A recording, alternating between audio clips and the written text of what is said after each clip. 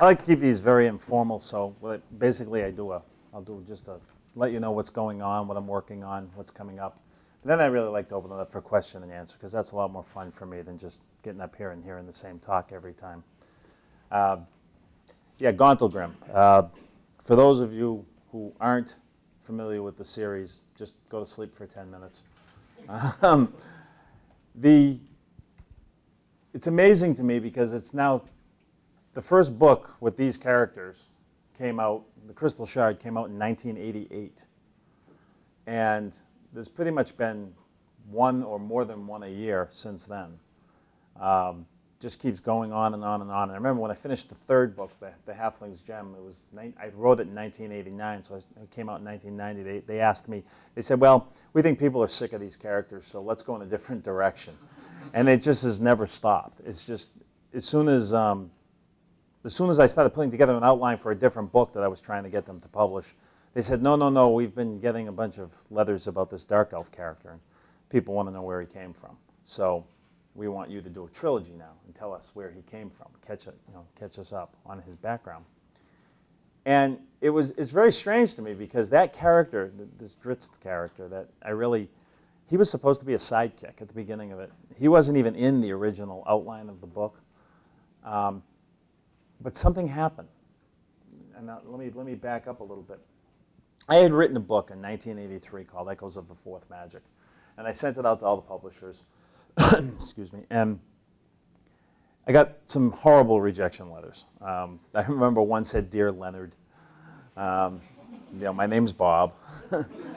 So, of course, to salvage my ego, I figured they must have just mixed it up, and I got the horrible letter that was meant for Leonard, and he got the, "We're going to publish your book" letter that should have gone to me or something, but that's not true. But anyway, so basically I got told no. And I'm the kind of person, if you tell me no, well, I'll prove you wrong, or I'll die trying. So I just kept working at it. And I was working a full-time job, and kids were coming along one after the other, and just trying to make a go of it, just trying to get through. But I kept writing. I kept working on that book, kept working on my craft. Finally, in 1987, I sent the book out to a bunch of publishers. I went to the library, got the writer's market to see who was publishing. And one of the companies I sent it to was TSR. And they were known for the Dungeons & Dragons game, but also at that time for the Dragonlance novels, which they were publishing, which were very, very successful in fantasy. And I sent the book out to a bunch of publishers, didn't expect anything, except more Leonard letters. And went to work one day, and I came home, and my wife says to me, "Someone named Mary Kirchhoff from TSR called." I said, "Called?" And she said, "Yeah, and she left a number. She wants you to call her back." I said, "Did she ask for Leonard?" She says, "No, no, no, she wants to talk to you." So I called her back, and she explained to me that she liked the book, but they didn't have any room in their publishing schedule for independent novels. And could I set the book in the Forgotten Realms? And so I said, "Well, what are the Forgotten Realms?" They weren't out yet. There was nothing out. So if you didn't work at TSR, you didn't know what the Forgotten Realms were. And she explained to me that they were creating this vast world, this vast fantasy world, that they were going to have a bunch of authors doing novels in and a bunch of game designers doing their Dungeons & Dragons games in, and some computer games probably. This was before that, but they had a feeling something like that might be coming. So we talked about it a little bit, and I couldn't set that book in the Forgotten Realms because that book started in our world and went to like a future fantasy world. And the Forgotten Realms isn't like that. It's a single world fantasy. It's like Tolkien. There's Middle-earth, and that's all there is. But she asked me to audition to do the second Forgotten Realms book. And so they sent me the only printed thing they had in the realms, and it was a book called Darkwalker on Moonshade. It hadn't come out yet, but it was printed at least, by Doug Niles. And the Moonshade Isles are these little islands down in the corner here. And then you've got this vast Forgotten Realms, but the map in that book only showed the Moonshade Isles, and the story was just in these little islands. So I thought the Forgotten Realms were the Moonshade Islands. So when I was putting together my outline for the book, I was thinking, well, Doug's characters pretty much dominate these islands. So I took one of his characters to introduce Wulfgar, the hero of my book. And the book was titled The Tyrant of Icewind Dale, I think was the original title. And I sent it in, and Mary came back to me and said, "Well, we don't want you in the Moonshade Isles. Doug's writing books there." I'm looking at the book. "You want me in the water? What, what am I going to do?" He says, "No, no, no. Oh, we didn't send you the maps." So they sent me the maps of the Forgotten Realms, Ed Greenwood's original maps of the Forgotten Realms, photocopied. So that means a stack of 8.5 by 11 papers about that thick, not numbered. Some of them had a line, maybe a mountain, and a tree. I was working in finance at the time, up at Genrad out in Concord. And, you know, finance, white shirt, right, tie, short hair, my boss was very, you know. So one day, I got these maps. My boss went out to lunch. They all went out to lunch. The whole corporate team left, and I took all the furniture out of my office. I took off my tie, and I tied it like a bandana. And I'm on the floor, and I'm putting these maps out, and I'm trying to figure out where they go. And I kind of got lost in it, and I hear from the door, "What are you doing?" And I turn around, and there's my boss. And I said, "Well, I got to put these maps together." So these guys looked at each other. They took off their ties, tied them around their head, and the 5 of us were on the floor trying to figure out the Forgotten Realms. So we got it all set up, and I realized there's this vast world. And I called Mary back, and I said, "Okay, let's figure out where we're going to put the book." And I said, "I want to go here." "Oh, you can't go there." "Why can't I go there?" "Well, you know, that's Cormier, and that's really Ed Greenwood's place, and it's his world, and he wants to be there." I said, "Okay, well, I'll go here." "You can't go there." "Why can't I go there?" "Well, that's, you know, those are the Bloodstone lands, and Doug Niles is doing these modules there, and if anybody's going to write a book there, we want it to be Doug." "Okay, I'll go here." "Well, you can't go there because they're doing game products."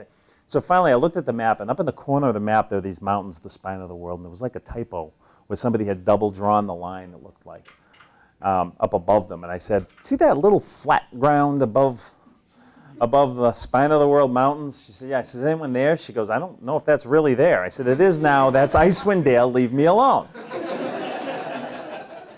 But I had already written the sample chapter of the book, where I had one of Doug's characters, Dareth, and Wulfgar going into a lair of giants and wiping out this lair of giants, essentially. It's a big action scene. I love battle scenes, as most people here know. So I went back to work, and I got the phone call on, I remember the day, it was July 11th, 1987, and I got the phone call from Mary, and she said, "I have good news and bad news. And the good news is we've accepted your book, and you're going to be the second Forgotten Realms author." And I'm thinking, what could possibly be the bad news after that, right? She said, "The bad news is I need it October 1st. Okay, I'm working a full-time job an hour from home in finance. I've got a 3-year-old and a 2-year-old, and my wife is 7 months pregnant. I've got to get a new car because you cannot put 3 car seats in the back of a Mustang GT. They don't fit. And I needed a new apartment because we weren't going to fit 3 kids in the apartment." And she just said she needed a 100,000+ word manuscript October 1st. Now, after being told no all those years, I said, "No problem." So I went to work the next day, pretty happy about it, or a couple days later, and then the phone rings at my office, and it's Mary, and she says, "We got a problem." I'm like, "You're telling me I got to write a book in 2.5 months?" And she says, "You can't use Dareth, Doug's character." I said, "I don't want to use Dareth. I was only putting him in there to introduce Wulfgar. He was going to be gone after that scene anyway." She said, No, but you can't use him because he's, you know, thousands of miles away." I said, "I don't want to use him." She said, "But I've got the sample chapter, and I've got to go into a marketing meeting with the sales force, and I've got to sell your book to them. So I need a sidekick for Wulfgar." I said, "All right, well, I'll get back to you next week." She goes, "No, I got to go into a marketing meeting, and I need a sidekick for Wulfgar." And I said, "All right, I'll bag lunch. I won't eat lunch for you, and I'll work, and I'll call you early this afternoon with a sidekick for Wulfgar." And she said, "You don't understand. I'm late for a marketing meeting where I have to sell this book, and I need a sidekick for Wulfgar. There's some seats down here. If you want." And so I thought about it for a minute, and I'm sitting there, and I'm like, what am I going to do? "All right, we'll do a black elf." They were called black elves back then. And there's a long pause, and she says, "A drow?" Because these were monsters in the Dungeons & Dragons game. They weren't characters in novels. I says, "Yeah, we'll do a drow ranger. That'll be cool. No one's done that before." And there's a long pause, and she says, "Bob, there's probably a reason nobody's done that before." I said, No, it'll work." I don't know where this came from, by the way. Never played a dark elf character in any games, never heard of any named dark elf characters. It just happened. I don't know why. I don't know how. Never thought of this. And she said, after a while, Mary says, well, all right, since it's just a sidekick character, I'll let you get away with it. What's his name? And I thought for about 2 seconds, and I just blurted out, Dritz de Warden of Dermond Neshezbernon, the 9th house of Menzoberranzan. And she said, what? And I said, I have no idea. And she said, what is a Menzoberranzan? I said, well, it must be a city or something. And she said, can you spell that? I said, no. But she had to go into the meeting, so she couldn't argue with me. That's how this character was born. I have no idea how that happened. I'm really glad it happened. My car has DRKELF on the license plate. Everyone keeps asking me, who's Dr. Kelf? But that was 23 years ago. And I just thought, I'm getting a book published. This is really cool. And how did this happen? So anyway, fast forwarding, I won't go through the whole litany of adventures I've had over the years, not yet anyway. It is a shared world, and the game designers control the world. And they've decided now, every time they come out with a new edition of the game, they change the world. And so they've really changed the world now. And basically, they're fast forwarding the timeline, which is okay for Dritz because he's an elf and they live hundreds of years, and I can just move him up. But what about all his friends? And so I had to do a series called Transitions. And that was the Orc King, the Pirate King, and the Ghost King, which came out last year. And by the way, for anyone who's read them, no spoilers. Okay, we gotta, or be cryptic when you're asking questions. And what I realized during that, something very strange happened during the writing of those books, because I finally figured something out as a writer that I had never really taken the time. I had known it, but only kind of off to the side, and it really hit home to me of what it was all about. For years, I've always thought about the writing as I'm having a blast. I'm doing something I love. I get to watch my kids grow up. They're actually paying me to do this. And then I began to understand how privileged you are as an author to have other people let you into their lives, even just a little bit. And you start getting letters from soldiers in a war zone. You start getting letters from kids with cancer. And you start getting letters from other people who've gone through a tough time in their life. You go to a book signing and you meet a kid who says, a kid from high school, kind of a little nerdy kid, like I was. And he says, I don't have any friends, and these books are my friends. And you realize that you're being let into people's lives a little bit. And that's so cool. And so it's been this amazing, wonderful journey. But I realized something when I was writing Transitions that I had never thought about before, other than one other time that I'll tell you about. I realized that what I'm doing with these characters is I'm writing about them. But what I'm really doing is it's my own personal journey as I go through life. As I go from being a 20-something-year-old father of young children to a 50-something-year-old grandfather, okay? And I realized that my perspectives have changed as I go. And I look at the characters, and they're reflecting my perspectives. There's so much more urgency. There was so much more invincibility. There was so much more I know everything when I was in my 20s. And then you get to be 40, and you realize you don't know anything.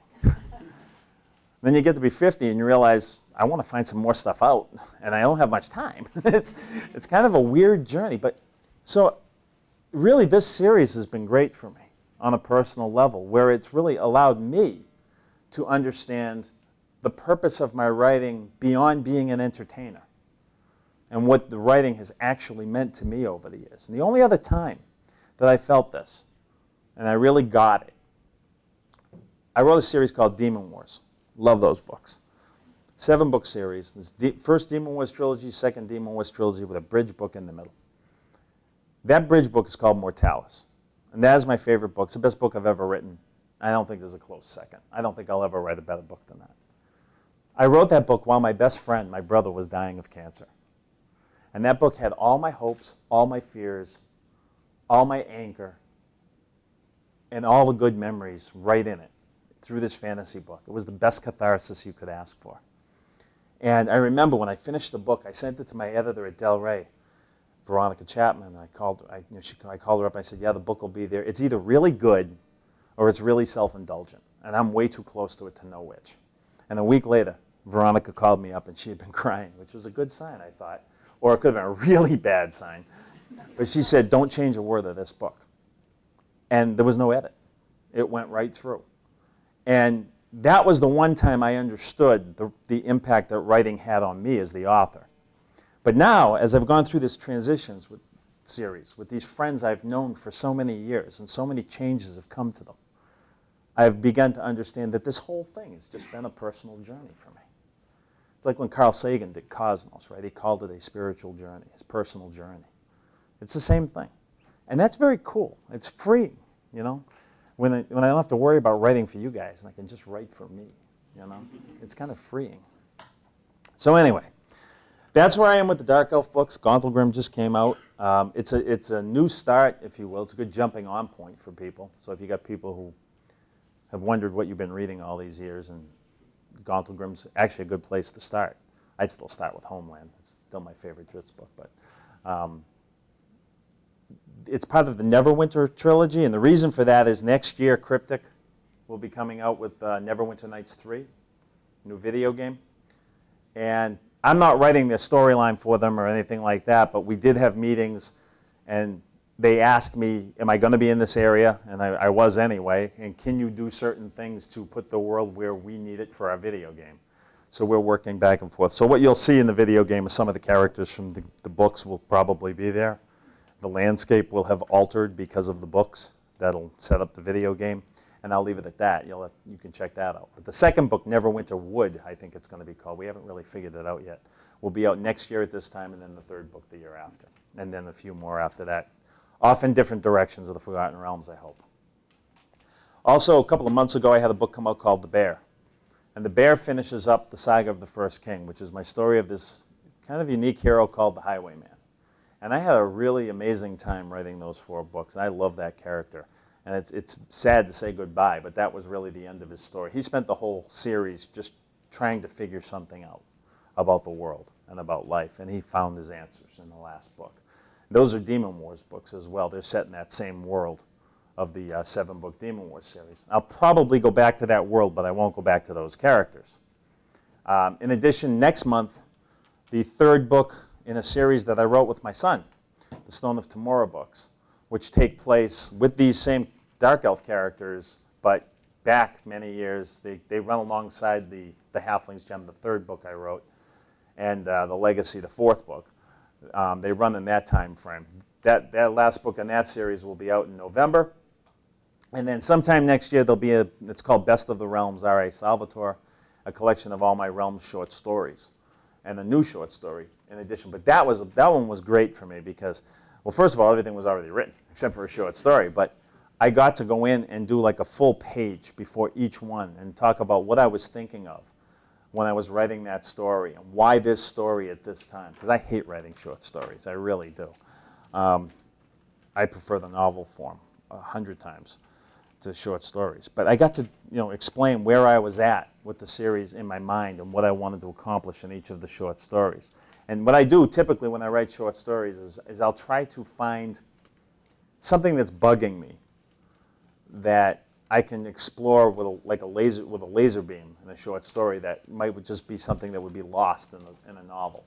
So like when I wrote Dark Mirror, it was a story of here you have Dritz, he's going home, he's on the road by himself, and he captures a runaway goblin.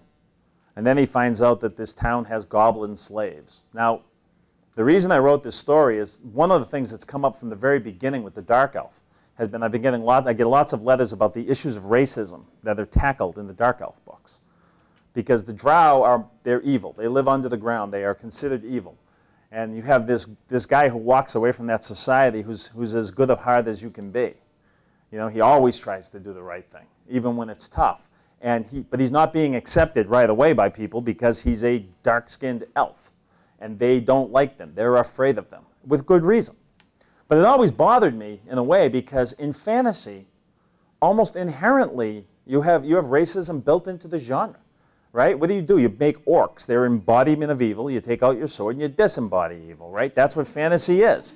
So you've got all these different races in fantasy And they all have their like archetypal designs, if you will. You know, they have the dwarves act a certain way and the elves. And yet here I am breaking that tradition with the dark elf. But am I really? Because the other dark elves are really evil. They earn their reputation. And so that kind of paradox always hit me. And so I did a story about Drizzt returning this goblin slave and then realizing this goblin's not a bad person. He's a good goblin. And yet he gets killed for running away. He's hanged. And Drizzt did that by bringing him back. But he wasn't bad. And of course that shakes Drizzt because he spends his life killing goblins. That's what you do in a fantasy world. So that's why I wrote that story, to kind of ask myself those questions and tie myself in all these logical knots that I couldn't even untie. And I got some great responses from that one. And that's why I write books, right there.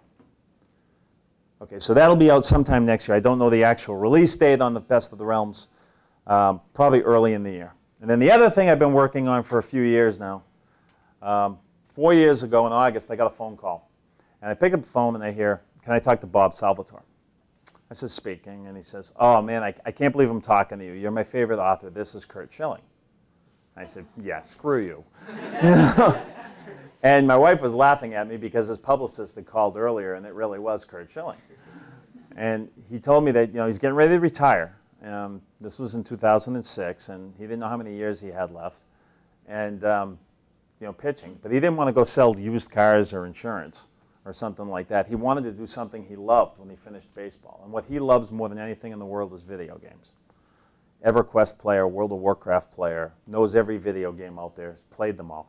Every time I go into his office, he's playing a new game. That's what he does. He loves video games.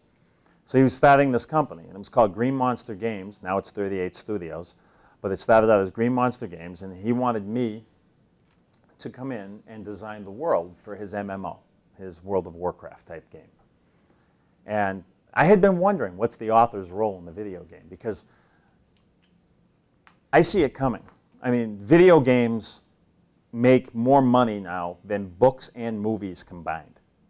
Okay, it's not close anymore. And that's just going, each year the gap is widening. And video games, Roger Ebert famously said video games aren't art. And he was right to some extent. But as the technology improves, they will be. And I wanted to know, what is the author's role going to be going forward in video games? So I said yes, and I jumped on board. And he got Todd McFarlane, for those of you who know Spawn, the comic book Spawn, and he did some he's very famous for his Spider-Man work.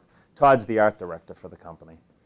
And then Kurt went around and he stole all the best game designers from Sony and Midway and EA and all of this. And so we've been working on this game out in Maynard for 4 years now. And last year we bought a company called Big Huge Games in Baltimore that are known for games like Rise of Nations and Catan, but they were working on an RPG, and we wanted RPGs, single player on the Xbox and PS3 in this world that I created. And our first product will actually be an RPG game that comes out next year called Reckoning. And I got to tell you, it is absolutely beautiful. I can't believe what the work they're doing down there. It's great. So as you can see, I've been pretty busy. And if I wasn't busy enough, I just signed on to do 6 comics with IDW, who are now doing Forgotten Realms comics. There'll be new Dark Elf comics, but there'll be new adventures, not just adaptations from the books. So anyway, that's my spiel. That's where I'm at. Get you all caught up on anything. Who's got a question? Come on, who's going to ask the first one? Go ahead. When does the video game come out? Well, next year's the single player. The MMO will be sometime after that. The problem is it's hard to say because it depends how fast we can ramp up when we go to production. We've got about 140 people, 150 people now. We're going to need 400. And finding, 75 artists who are going to be able to come in and do that and do it well, and finding the engineers who can handle those kind of systems, it's not easy. We have to go steal more from other video game companies. Yeah. Have you thought of hiring co-op students from Northeastern? I don't. Well, I can tell you right now. I can tell you. We sponsor the Mass Game Challenge every year, and WPI. I don't know if Northeastern has participated in that, but we do it every year. 11 of our 33 artists on staff came from RISD, so we absolutely are plucking college students from all over the place. Absolutely. I mean, they're looking for people. And so if any of you are in that field and you're interested, just go to 38studios.com and pay attention. And look what they're posting for jobs. And that's how you get in. But yeah, they're going after college students all over the place. Like I said, we just had two or four interns from RISD go back to school. We lost them when the school started, but we're hoping to hire them at the end of the year because they were awesome. Yeah, absolutely. Who else has a question? Yes. How is it working with like other authors in the realm? I know that they've probably put a lot of restrictions on what exactly you can do, especially with the transition, with being, told by the game designers what exactly is going to be happening in your world. How do you kind of cope with that, and how does that affect? Most of the time I just hide away in little corners up behind mountains and stuff, or underground in a dark elf city. I've been very fortunate because I've been able to define certain areas of the Forgotten Realms away from everybody else. Like first Icewind Dale, where the books took place. And then when I did the Dark Elf trilogy, they wanted me to define the Dark Elves in the Forgotten Realms. I didn't create the Dark Elves. The Dark Elves were from the original Dungeons & Dragons game. They actually go way back in all different folklore, but they were refined for the Dungeons & Dragons game by Gary Gygax in a series of game modules. The Vault of the Drow, Descent to the Depths of the Earth, Queen of the Demon Web Pits, all these old classic Dungeons & Dragons modules. But I had like 3 of those that had a little bit about Drow culture and who they were. And then I had an entry in one of their monster catalogs that they put out for the game. It was like a 1-page entry on Dark Elves. And when they asked me to create the city of Menzoberranzan, we stuck with the name. I called them up and I said, I've got the old modules and I've got this 1 page in the book, but what else are you going to give me on Dark Elves? What else do you have? And they said, we don't have anything. That's it. And I said, well, what do you want me to do? And they said, well, you've got carte blanche to create the Dark Elves in the Forgotten Realms. And you know where I got the inspiration for that city? Mario Puzo's The Godfather. I pulled out my Godfather book. I'm an Italian kid from Central Mass. What do you expect? And that was how I based the structures of the Dark Elf city. So I've been fortunate because I've been staying out of the way. But yeah, I mean, it gets tough, especially when the games go through new editions. And it occurred to me this year, most of the people picking up my books for the first time are younger than the book they're picking up. Because they're either starting with Crystal Shard or Homeland, typically. Crystal Shard is 22 years old, and Homeland is 20 years old. So they don't know there was a first edition Dungeons & Dragons with entirely different rules that I was operating, because I have to operate under the rules of the game.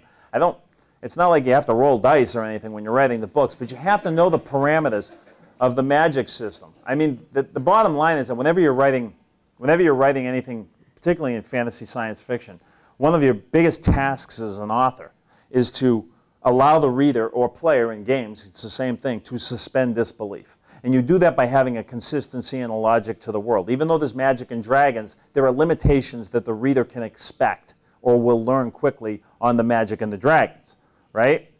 So I have to use the limitations of the game. But that's never been a problem for me because I knew the game quite well. And it's wide enough that really I'm telling personal stories. I mean, the story's not about throwing fireballs. The story's about the emotional development of the characters as they go through their journey in life, right?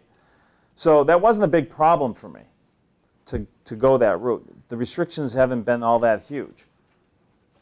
However, with this one, this was a big change. Now I had to make the decision. Do I make the change and keep going, or do I go and write more of my own books in my own worlds? And I decided to keep going because I thought it would be more inspiration than anything else. And it has been. As far as the other authors go, we try to stay away from each other. We try not to step on each other's toes. Every now and then you do. You don't mean to, but you do. But I have found the shared world experience to be more inspiration than frustration. And I mean, I also wrote a couple of Star Wars books. A couple of days ago, as a matter of fact, October 5th was Remember Chewbacca Day. Officially. Yeah, I remember that day well. I wrote the book where Chewbacca got killed and got death threats from Star Wars fans all over the country. It was not my idea. I have to say that. Every time I mention it was not my idea. I didn't even know I had to do that.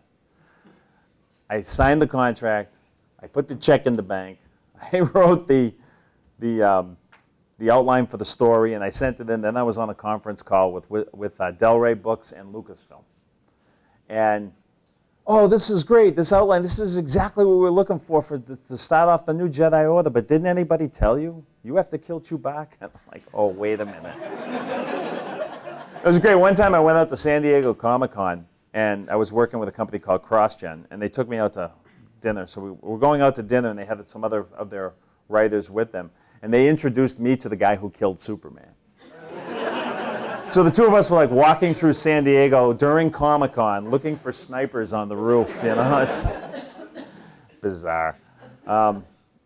Much more restrictive working in Star Wars than Forgotten Realms. I mean, and then the ultimate restriction was when I did the book for the Attack of the Clones. So I'm working off of George's screenplay. Can I change the dialogue? No. Can I kill Jar Jar? No.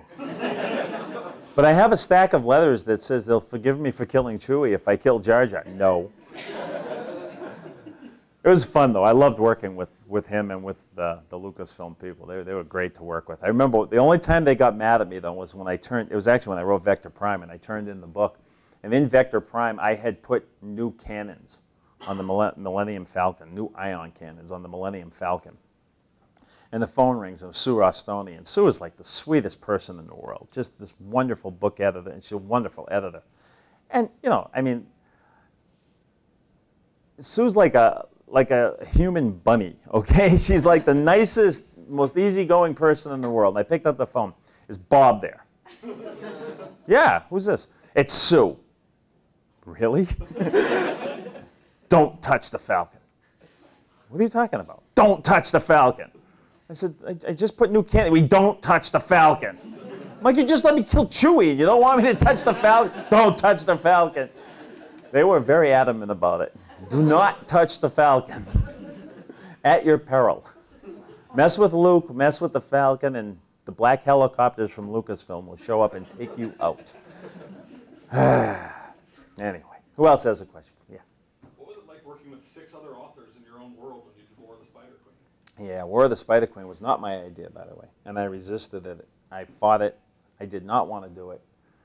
And finally, Phil Athens talked me into it, and I had a blast, and it worked. It was hard because we did a 6-book series, and we gave each subsequent book was written by a different author. And these books were very definitive on the Dark Elf race. And I remember when Rich Baker turned his book in, he had pretty much wiped out Menzoberranzan, my city. And I was going back there, and I'm like, no. It was in the outline. I said, no, that wasn't in the outline. Well, I said I was going to invade the city. I said, yeah, and you're supposed to be stopped at the border. So we had to like negotiate on how many Dark Elves I'd let him kill and how much of the city he could put into rubble, you know. But then it was great. The 5th book was written by Phil Athens, who was my editor. I got to edit him with Peter Archer, who was his boss and the senior editor there. So I sent in an edit to Peter that was like 20 pages long, just awful comments. Just like, what are you, in 2nd grade? Do people really act like this? You call this a magic battle? I mean, it was just awful. And it was just a joke because I love the book, but we gave it to Phil, and he was steamed. Revenge is mine. Well, he was my editor. He was beating me up every year. It was time to beat him up for once. I really did, too. I think I did. I think I went overboard, though, because he figured it out. Or he just said he wasn't going to do it anyway. So, but it was interesting.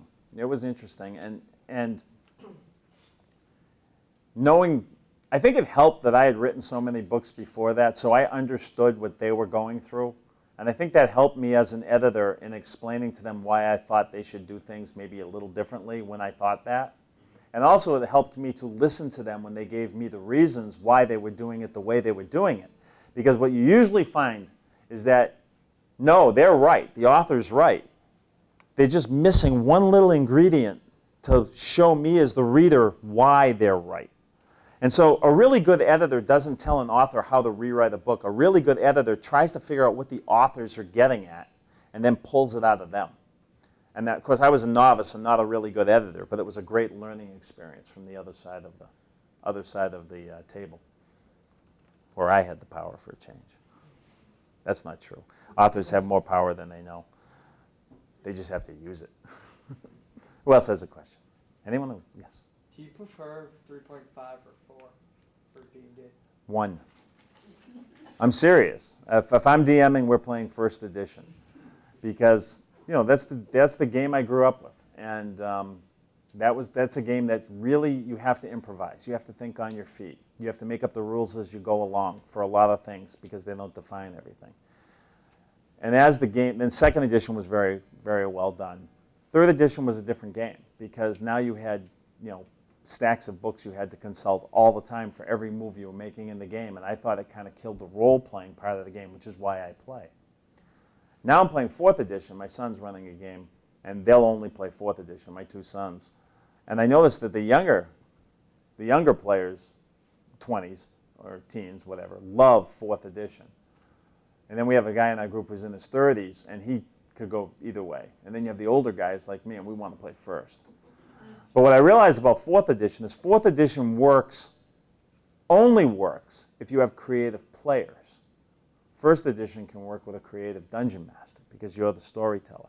And 4th edition will turn into a card game, like Magic the Gathering, where you say, okay, I'm using my daily power, click, and you just turn over your card for your daily power, and you roll your dice.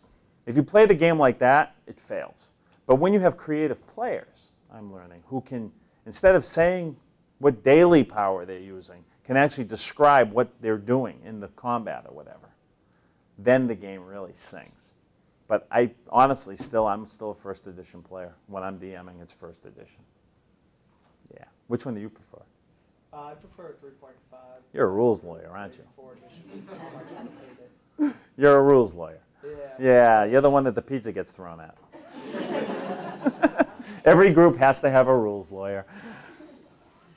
They had a lot of rules in 3.5. It was a beautifully designed system, but just it was very complicated, very complex. I mean, you tackle someone and you have to consult 5 tables to find out if you actually tackled him or if you bounced off him, or it's weird. But anyway, any other questions? Yes, in the back. Is there anything you wanted to have written about this Dark Elf family that you didn't get a chance to now looking back? There are some things I've thought about, but it's not that I didn't get a chance to. I didn't get a chance to yet. I want to write a book about Jarlaxle and Zaknafein when they were young, way before Drizzt, back in the old Menzoberranzan. Jarlaxle has become one of my favorite characters. You familiar with the literary term Deus Ex Machina? Right? Deus Ex Machina basically means, it's the classic example of Deus Ex Machina is the War of the Worlds. Right? The War of the Worlds, they're throwing nuclear bombs at these things, and they can't touch them, and then they all die of the cold at the end. Right? Remember that? All the Martians die of the cold. I thought it was Greek play. No, basically, the easiest way to explain that literary device that usually fails miserably is you have a dragon destroying the countryside, right? He's taking it out. And he throws the hero aside, and the hero knocks over a rock, and under the rock finds a sword that's got that dragon's name on it, and stabs the dragon falls dead. That's Deus Ex. It's like the hand of the gods came down and took over, right? Unexpectedly, usually very poorly. The reader wasn't ready for it. It's a terrible literary device. You're not supposed to do it, okay? That's the red mark you get on your paper. But Jarlaxle is my walking Deus Ex Machina. Because no matter what's going on, he's got a gadget. He's got some magic item that can counter it. And that has been the fun of Jarlaxle since I started writing the character. Because he'd only make cameos. He was a minor character in the books. He'd show up, something bad would be about to happen, his Dark Elf utility belt, right? And boom, pull out the right wand at the right time to counter the spell, and everybody would run away. And that was the joy of him. He would just show up to do something goofy and go away. But the characters kept getting better and better and better and deeper and deeper and deeper as a character, not just with the gadgets, as he kept showing up. So finally I get to write a book called Servant of the Shard. And now this is Jarlaxle and Intreri together, because they wanted me to spotlight the bad guy. And so I finally get to spotlight Jarlaxle as a main character in a book. I'm thinking, this is going to be a blast. And I only have about 4 months to write the book. These are the kind of deadlines we work under. But I'm like, uh-oh. Because I'm thinking about all these books he's shown up in. He's showed all these different gadgets. He's lost a bunch of them. He gave some away. He found other ones. He stole some in the books. I have no idea what this guy has for equipment. And it's going to take me months to go back and read all these books and with the, the highlighter. I didn't have the time, basically. So I went to a message board anonymously, and I started a thread. And I said, hey guys, let's do an inventory of Jarlaxle's cool items. And I came back 2 days later and downloaded this like 10-page thread.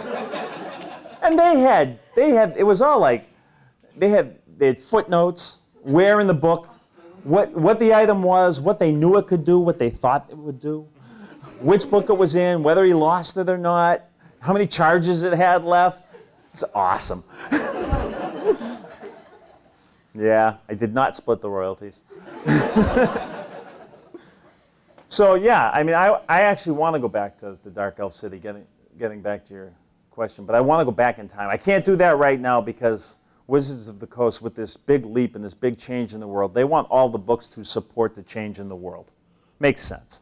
They're bringing people into the new Forgotten Realms. So I have to kind of keep looking forward right now. But I just signed a 6-book contract, and by the time we get to the 6th book, they'll probably have eased up on that. And maybe I can jump back and do that Jarlaxle's Acnofane book. That would be cool. That would be cool. Any other questions? Yeah. Besides patience and persistence, what other advice can you offer us for aspiring newcomer authors? Right? That's the question I was waiting for. I get it every signing. And I always have the same answer. You want to be an author? Well, if you can quit, quit. And I mean that. If you can quit, you're not an author. And the business will kill you. You don't become an author for fame and fortune. 97% of working authors do it as a hobby. They don't make a living at it. Most people, your first book, you're going to sell it. You're going to get an if you sell it, which is, and don't self-publish it. If you actually sell it to somebody, you'll get an advance of a couple of $1,000s. And almost all of those books don't even earn out on the advance. So you'll spend 6 months, a year of your life writing a book, and you'll make a few $1,000s. That's not why you become an author. You become an author because you have stories inside of you, clawing at the inside of your skin to get out. And if you're not writing, you're never going to be happy. So if you can quit, quit. If you can't quit, you're an author. Now, on the practical side of becoming an author, learn the business. Go to the conventions. We have Northeastern out here. If it's depending on what genre you're in, there are conventions. And there are just general literary conventions as well. BossCon is out here. Go to conventions. If you want to be a fantasy author, go to Gen Con. Go to Dragon Con. Meet the authors. Meet the editors. Learn the business. First thing you do is you write your book. And when you're writing your book, don't write a Forgotten Realms novel or a Star Wars novel or a Star Trek novel.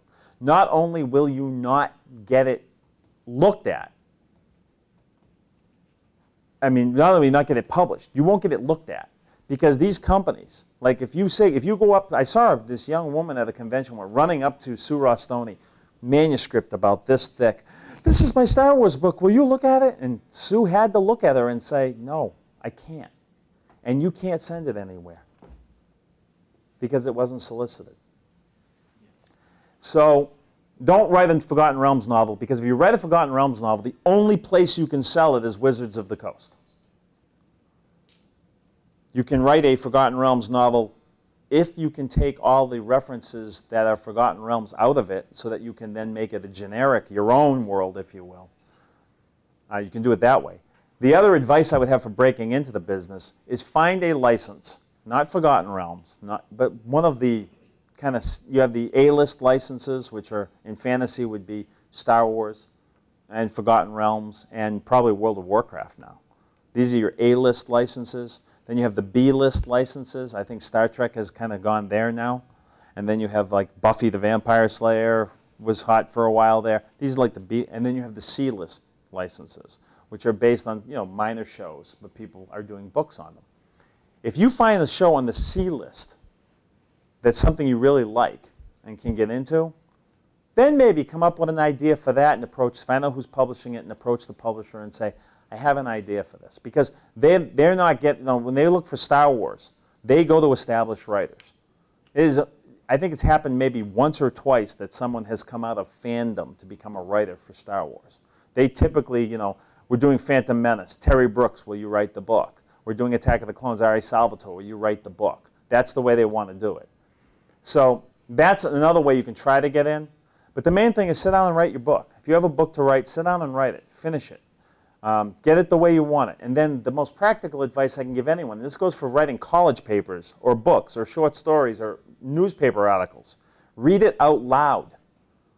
You can't be lazy and be an author. There are 1,000 people that want your job. If you're trying to get a book published, you're going up against 1,000 other people. And if they're not lazy and you are, you lose. And you read the book out loud to yourself. You'll hear the rhythm of the words. You'll feel the pacing. You'll be reading it the way a reader reads it. And you'll find a whole bunch of typos while you're at it. It just works that way.